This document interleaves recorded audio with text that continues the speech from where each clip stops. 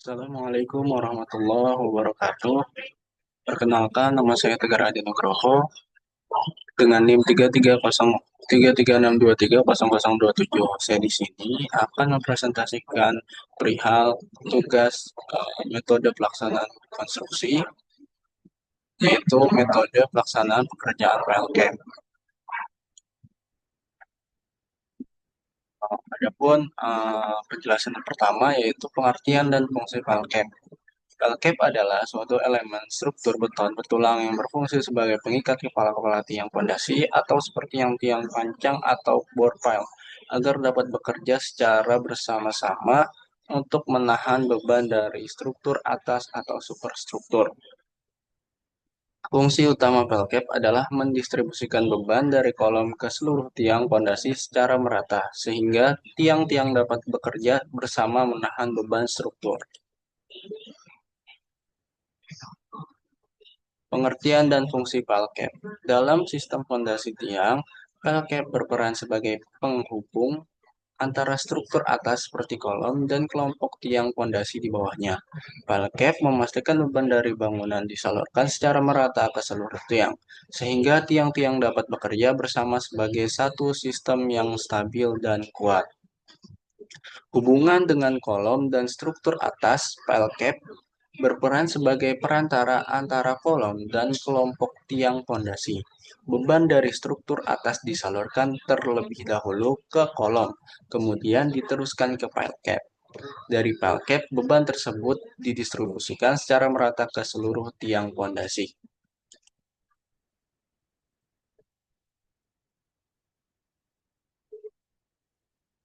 Adapun ini adalah gambar detail dari pile cap yang saya dapatkan.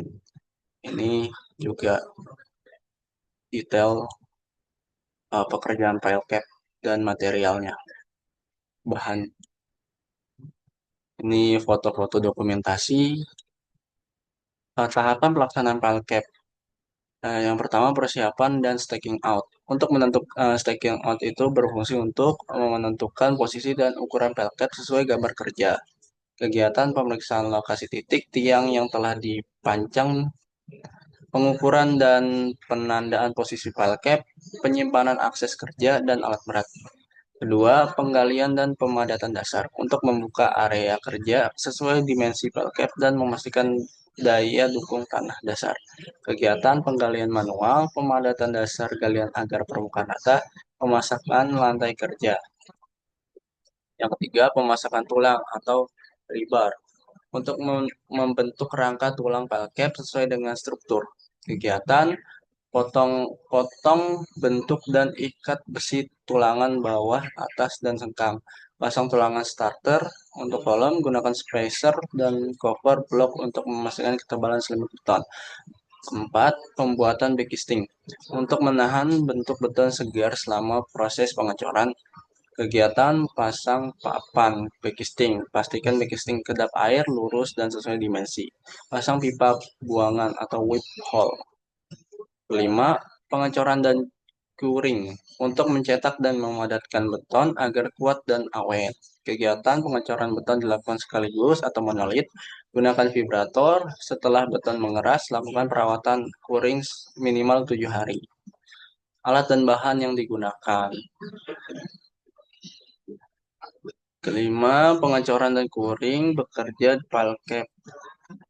Pengecoran dan curing. Pekerjaan pelkep membutuhkan sejumlah alat dan material yang beragam untuk mendukung tiap tahapan pekerjaan. Alat dan bahan yang digunakan itu yang pertama alat gali atau manual mekanis. Di antaranya ada sekop, cangkul, ekskavator, jackhammer. Alat angkat dan pemindah material seperti crane, wheelbarrow, atau concrete bucket. Alat pekerjaan pembesian atau rebar works, ada bar bender, ada bar cutter, ada tie wire. Alat ukur seperti meteran, water pass, dan laser level. Alat backcasting, formwork tools seperti palu, gergaji, obeng. dan lain sebagainya. Alat pengecoran dan pemadatan beton, konkrit mixer, konkrit pump, vibrator beton, alat finishing, alat kuring dan perlindungan beton seperti sprayer air dan kuring kompon spray. Bahan atau material yang digunakan yang pertama besi tulangan, reinforcing bar, beton ready mix atau side mix, backisting formwork, air, tie wire dan spacer. Pouring compound atau opsional, bahan kimia berbentuk cair yang disemprotkan ke permukaan beton untuk menjaga kelembapan. Plastik cor atau setting digunakan untuk menutup permukaan beton saat curing agar tidak kehilangan kelembapan. Pengendalian mutu dan K3 atau keselamatan dan kesehatan kerja. Pengendalian mutu, quality control, dan penerapan K3 keselamatan dan kesehatan kerja merupakan aspek krusial dalam pekerjaan file cap. Adapun pengendalian mutu, yang pertama itu ada kegiatan inspeksi pembersihan atau repair inspection. Di antaranya ada kesesuaian jumlah diameter, jarak antar tulangan yang dicek itu sebelum pengecoran itu ada kesesuaian jumlah, jarak antar tulangan, kekuatan ikatan antar tulang, kebersihan tulangan dari lumpur, minyak, atau karat. Dua, pengujian slam beton atau slam test. Saat beton dikirim ke lokasi, dilakukan uji slam untuk memastikan tingkat kelecekan beton. Umumnya antara 10 sampai 15 cm untuk pelket. Kontrol elevasi dan dimensi. Elevasi dasar, galian, dan tinggi pelket harus dikontrol dengan alat ukur seperti water pass atau laser level. Tujuannya agar volume dan posisi pelket presisi. Yang keempat, pemeriksaan beton segar dan kekuatan tekan beton. Selain uji SLAM, dilakukan pengambilan sampel beton silinder atau kubus untuk uji kuat tekan di laboratorium setelah setting time atau 7 kelipatan 7 14 28. Ini untuk memastikan mutu beton misalnya K300 tercapai sesuai perencanaan. Penerapan K3, keselamatan dan kesehatan kerja, pengamanan area kerja, area pelcap yang dalam harus dipasang rambu peringatan, pagar pengaman, dan lampu penerang. Kedua, alat pelindung diri atau APD. Semua pekerja wajib menggunakan APD seperti helm proyek, body harness, rompi, dan lain sebagainya. Prosedur kerja aman. Seperti penggalian harus memperhatikan kestabilan dinding galian, penanganan alat berat seperti crane, concrete pump harus oleh operator saat pembisian atau pemasangan backisting, pastikan struktur secara stabil. Yang keempat ada penanganan darurat dan kesehatan. Sediakan kotak P3K, jalur evakuasi dan personel menguasai pertolongan pertama. Permasalahan lapangan dan solusinya. Honeycomb atau rongga pada beton pada saat sesudah dicor eh, beton terkadang itu terjadi honeycomb atau bolong-bolong itu menjadi permasalahan eh, yang saya cantumkan di sini. Akibat pemadatan beton yang kurang optimal, campuran beton terlalu kering atau backisting yang bocor.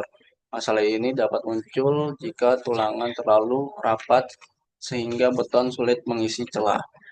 Solusinya adalah dengan memastikan pemadatan menggunakan vibrator dilakukan merata dan bertahap, serta mengecek workability beton melalui uji SLAM sebelum pengecoran.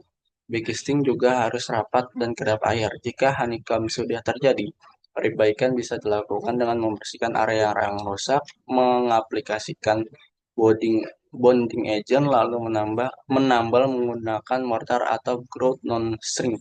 Untuk kerusakan yang lebih parah, dilakukan pengecoran ulang secara lokal dengan material khusus.